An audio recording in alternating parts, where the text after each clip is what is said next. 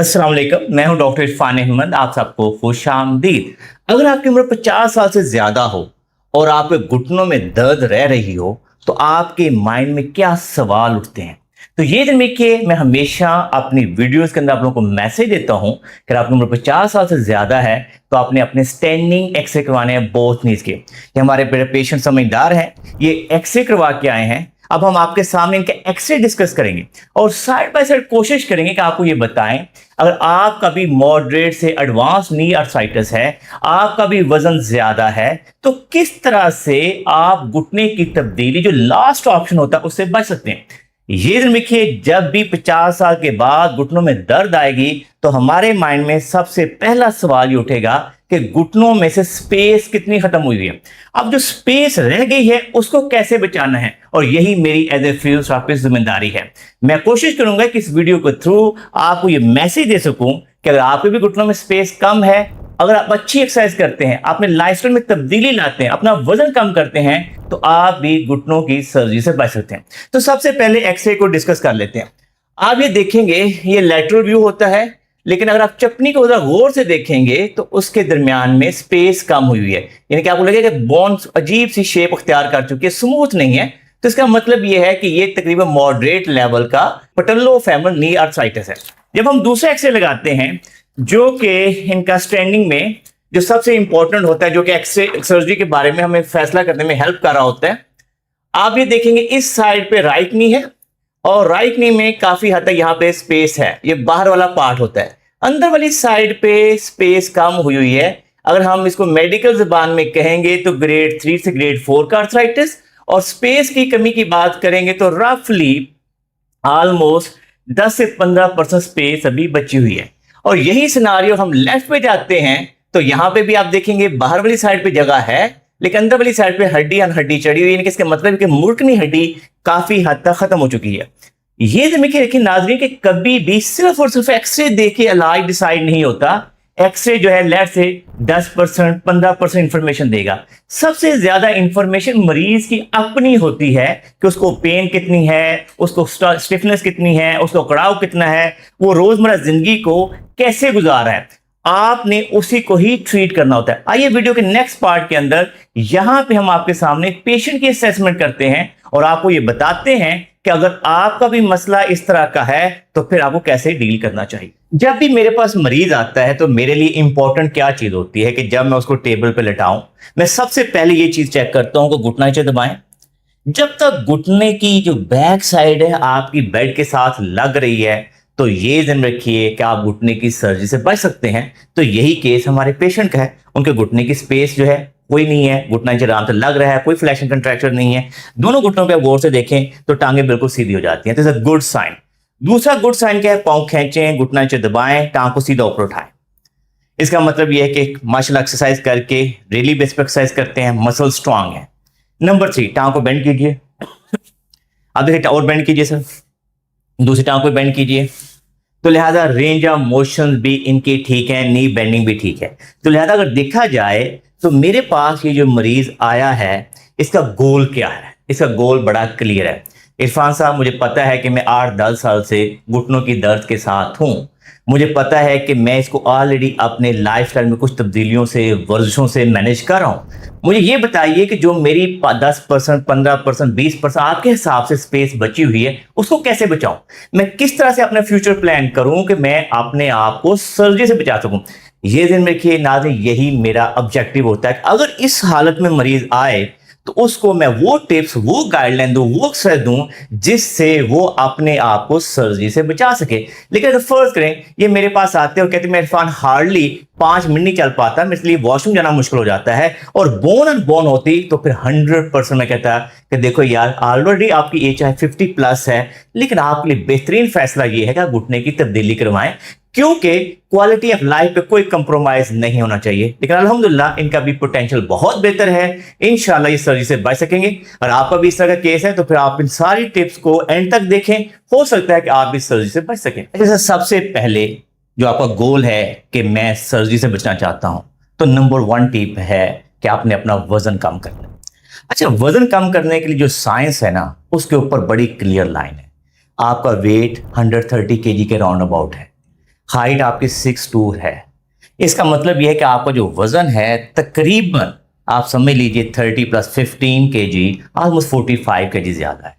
अगर आप इसकी साइंस को समझने की कोशिश करें कि 1 kg एक्स्ट्रा जो वजन है हमारे घुटनों के ऊपर ऑलमोस्ट 8 kg की एक्स्ट्रा फोर्स लगा रहा है। ठीक है, ऑलरेडी अल्हम्दुलिल्लाह हम बहुत अच्छे जा रहे हैं, लेकिन अब हमने थोड़ा सीरियसली होकर कैसे करना है। वजन कम करने के लिए एक ही साइंस है, वो है इंटरमिटेंट फास्टिंग। आपने अपनी विंडो खाने की छोटी करनी पड़ेगी हर हाल के अंदर। आपने सुबह का जो ब्रेकफास्ट है उसको कोशिश करें 1 से 2 घंटा लेट करें। लेट से आप भी आज के दिन में सपोज आपने 7 बजे नाश्ता किया है, आप कल से सिर्फ 8 बजे करें, अगले हफ्ते उसको 9 बजे ले जाएं, उससे अगले हफ्ते आप खैर फिर से 11 बजे, 12-1 बजे तक नाश्ता करें और उसको 8 बजे के दरमियान तक खाएं। अपनी जो कैलोरी इनटेक है आप अपनी एक्चुअल कैलोरी इनटेक रखेंगे। लेट से आपके हिसाब से जो कैलोरी की रिक्वायरमेंट है वो 2000 से लेकर 2500 होनी चाहिए।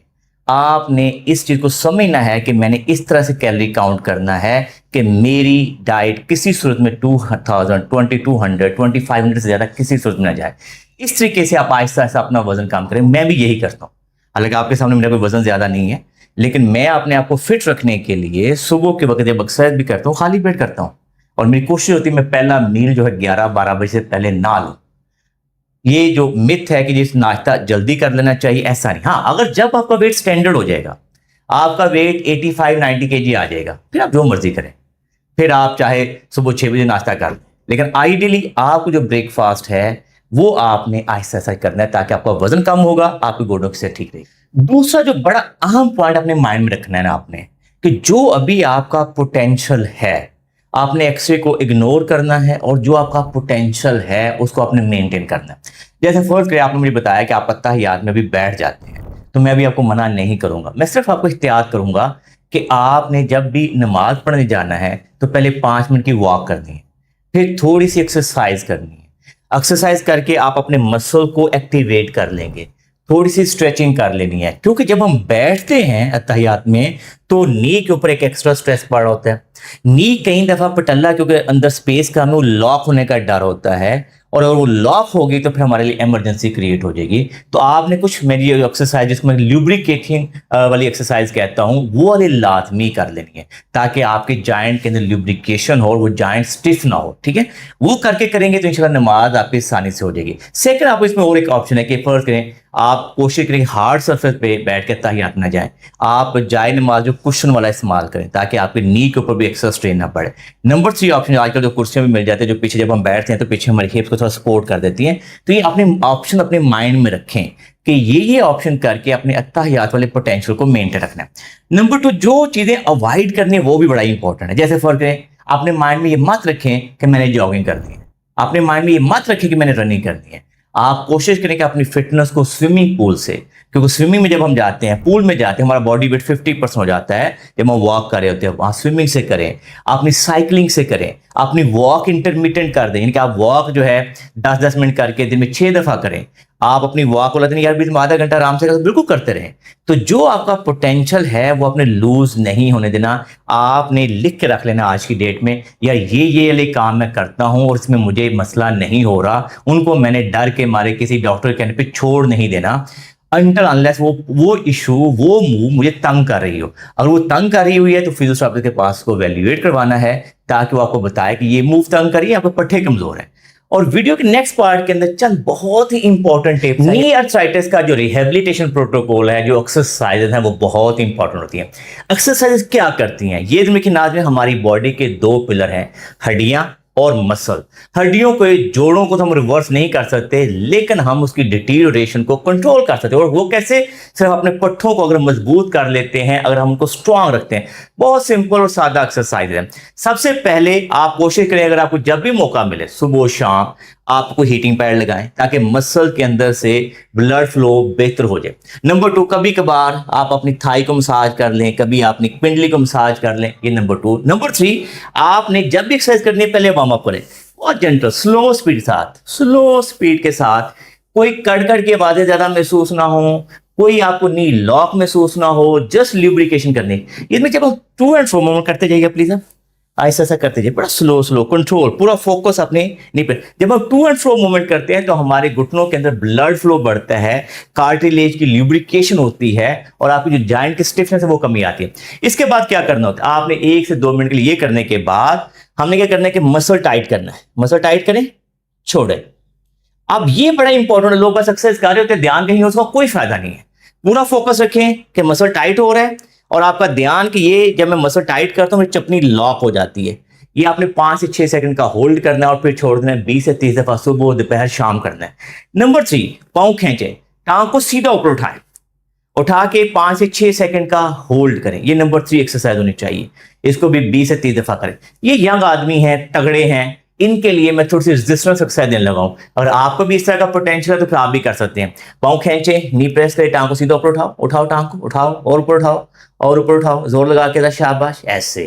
फिर आराम से वापस ले जाओ। इसके लिए आप इलास्टिक बैंड, यानी कि हमेशा मसल को स्ट्रांग करने के लिए रेजिस्टेंस ट्रेनिंग की जरूरत होती है, तो आप इलास्टिक बैंड लगा कर सकते हैं। नंबर 5 बहुत सिंपल और सादा एक्सरसाइज है, क्योंकि सारा दिन हम लोग बैठते हैं, ऑफिस वर्क करते हैं, बाजारों में बैठे रहते हैं या कहीं, तो उससे हमारे हिप मसल काम करना छोड़ जाते हैं। इसमें पेट को अंदर खींचें, हिप मसल को लिफ्ट करें और वहां पे जाके 5 से 6 सेकंड का होल्ड करें और कोशिश करें कि हिप मसल टाइट हो रही है, ये हिप मसल टाइट होने चाहिए और फिर आराम से वापस आ जाए। इसी के अंदर एक और मॉडिफिकेशन कर सकते हैं कि इसमें इलास्टिक बैंड यहाँ पे बांधा जा सकता है। हम पेशेंट कहते हैं हिप को लिफ्ट करें, साथ साथ टांगे खोले, सारे टांगे खोले, टांगे बाहर तरफ लेके जाए, क्योंकि अगर आपके ग्लूट्स मसल वीक होंगे तो उसका सारा डायरेक्ट प्रेशर जो होता है वो नी पे पड़ता है, चपनी जल्दी रगड़ खाना शुरू हो जाती है। तो लिहाजा इस एक्सरसाइज को करना बहुत जरूरी है।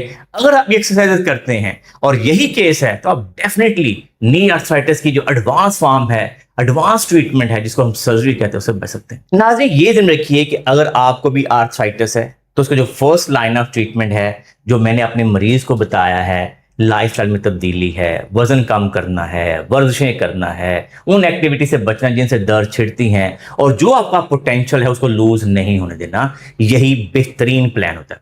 अगर फर्ज कर लेते हैं कि ये हमारे भाई तकरीबन 2 माह 3 माह इन एक्सरसाइज को फॉलो करते हैं लेकिन लगता है ये नहीं, मैं बेहतर नहीं हो रहा, तो नंबर 2 लाइन ऑफ ट्रीटमेंट जो है, जिसको जॉइंट की लुब्रिकेशन कहते हैं, जो जेल वाला टीका होता है, जिसको हम मेडिकल इंजेक्शन हाइलुरोनिक एसिड कहते हैं, वो जॉइंट दोनों में लगवाया जाता है। उससे लुब्रिकेशन हो जाएगी और इनके घुटने और ज्यादा चलते हैं। वो साल में एक दफा लगता है और कई लोगों में 2-3 साल में निकल जाता है, कई लोगों में 6 माह से रहता है, लेकिन वो एक अच्छा ऑप्शन होता है।